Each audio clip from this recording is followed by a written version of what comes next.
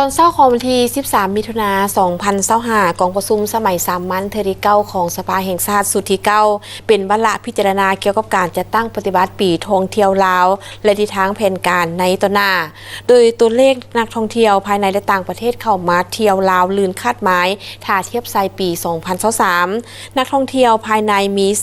3,900,000 กว่าคนเพิ่มขึ้นแม่น102ส่วนห้อยสามารถกระจายและหับจากการท่องเที่ยวได้ถึง632 ล้านกว่าดอลลาร์สหรัฐและนักท่องเที่ยวสากลมีจำนวน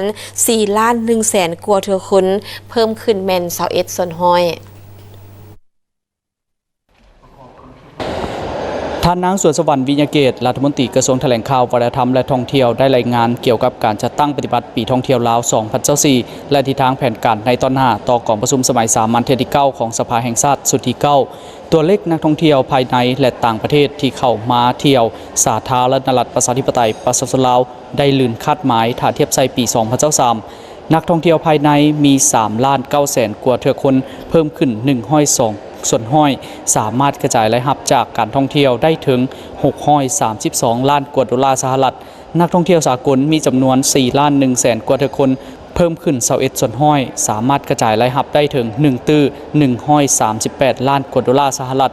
รายรับดังกล่าวแม้นรายรับที่กระจายไปยังภาครัฐและผู้ประกอบการทุกขนาดที่ติดพันกับการท่องเที่ยวสำหรับเดือนมังกรเดือนมีนาคม 2025ได้ต้อนรับนักท่องเที่ยวต่างประเทศ1,200,000 กว่าคนเพิ่มขึ้น11ส่วนห้อยถ้าเทียบไซระยะเดียวกันของปี 2024คาดคะเนรายรับที่กระจายในสังคมได้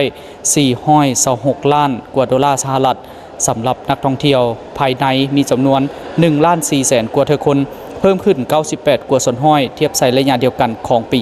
2024รายรับที่กระจายในสังคม237 ล้านกว่าคนสืบต่อประสานสมทบระหว่างส่วนกลางท้องถิ่นและภาคส่วนที่เกี่ยวข้องในการติดตามกวดการและคุ้มครองการเคลื่อนไหวของบรรดาหัวหน่วยธุรกิจในแขนงการท่องเที่ยวในขอบเขตทั่วประเทศคนขวาสร้างแผนการสื่อสารและการกระเกียมรับมือกับวิกฤตการณ์สำหรับแขนงการท่องเที่ยวเพื่อรับประกันด้านความปลอดภัยและสามารถรับมือได้อย่างทันการสืบต่อสร้างความเข้มแข็งให้บุคลากรขันศูนย์กลางและท้องถิ่นในการนำใส่ระบบออกอนุญาตดำเนินธุรกิจในแขนงการท่องเที่ยวผ่านระบบทันสมัยเพื่อให้การคุ้มครองธุรกิจการท่องเที่ยวมีความเป็นเอกภาพทั่วประเทศสืบต่อสุขอยู่บรรดาสมาคมในแขนงการท่องเที่ยวให้มีการเคลื่อนไหวร่วมกับภาคธุรกิจของบรรดาประเทศใกล้เคียง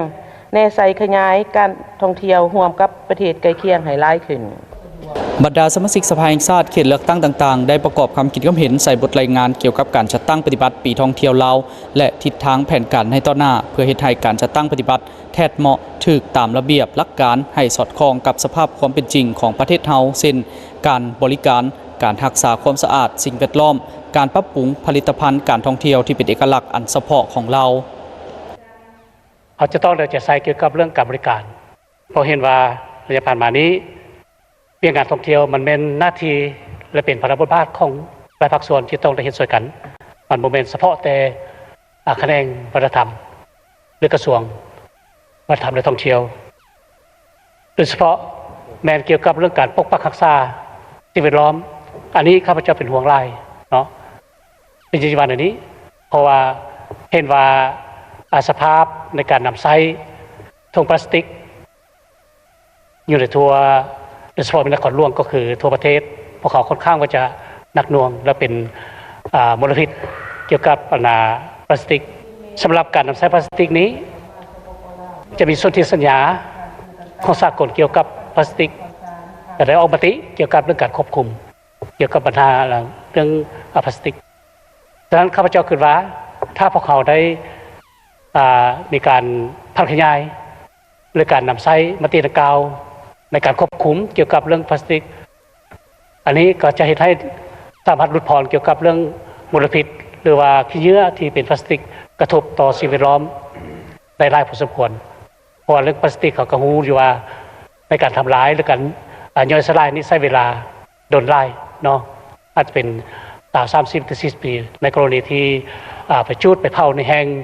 เอิ้นว่าส่งผลกระทบต่อสุขภาพเป็นสิ่งแวดล้อมดังนั้นเรื่องความสะอาดเรื่องการปกปักรักษาสิ่งแวดล้อมนี้เป็น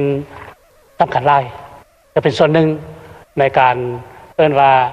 ดึงดูดนักท่องเที่ยวถ้าบ้านเราสะอาดรักษาสภาพแวดล้อมได้อันนี้ก็ถือว่าเป็นส่วนหนึ่งในการดึงดูดจิตใจของ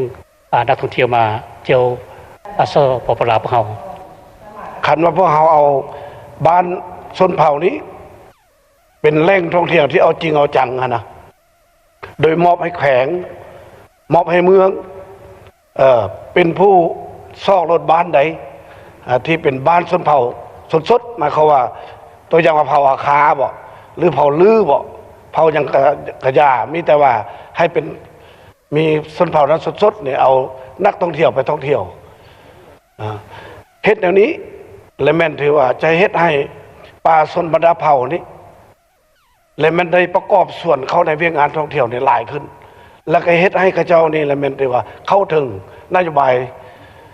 ท่องเที่ยวของรัฐบาลพวกเราผ่านมานี้เนี่ยมันถือว่าข้าพเจ้าก็ได้มีโอกาสหลายท่านก็จะมีโอกาสคือกันสมาชิกสภาแห่งชาติพวกเรานี่อยู่แต่ละแขวงเนี่ยไปบ่อนห่างไกล2 ลี้ข้าพเจ้ามีโอกาสได้ไปบ้านหนึ่งต้นเผาอาคาไฟฟ้าก็บ่ฮอดแต่ว่าเส้นทางนี่ทะลุไปฮอดไฟฟ้าบ่ฮอดอินเทอร์เน็ตบ่ฮอดแต่บ้านนั้นมีความอยู่ดีกินดีได้ก็เจ้าเพิ่งตัวเองกุ้มตัวเองบ้านนั้นมันคือว่าบ้านพญาหลวงโพคำนี่แหละอยู่เมืองรองแข่งหลวงน้ำทานแล้วก็เส้นทางไปหันในมันถือว่าธรรมชาติงดงามหลายการประกอบความคิดความเห็นของบรรดาท่านสมาชิกสภาแห่งชาติครั้งนี้เพื่อเป็นบอนอิงให้แก่การจัดตั้งปฏิบัติเวียกงานการท่องเที่ยวเป็นพื้นฐานในการพัฒนาผลิตภัณฑ์การท่องเที่ยวสืบต่อปรับปรุงคุณภาพและมาตรฐานการบริการของหัวหน่วยธุรกิจการท่องเที่ยวในขอบเขตทั่วประเทศโดยสุมใส่การประเมินและยั่งยืนมาตรฐานการท่องเที่ยวอาเซียนและมาตรฐานการท่องเที่ยวของสาธารณรัฐประชาธิปไตยประชาชนลาวหาประกันสร้างความประทับใจและมีความปลอดภัยให้แก่นักท่องเที่ยวพร้อมนั้นก็ให้สุมใส่โฆษณาการท่องเที่ยวที่เป็นจุดเด่นของสปปลาวให้มีหลากหลายรูปแบบรวมทั้งการโฆษณาผ่านสื่อต่างๆหาประกันข้อมูลข่าวสารการท่องเที่ยวที่ถูกต้องชัดเจนว่องไวเพื่อให้เข้าถึงกลุ่มตลาดเป้าหมายการท่องเที่ยวอย่างกว้างขวาง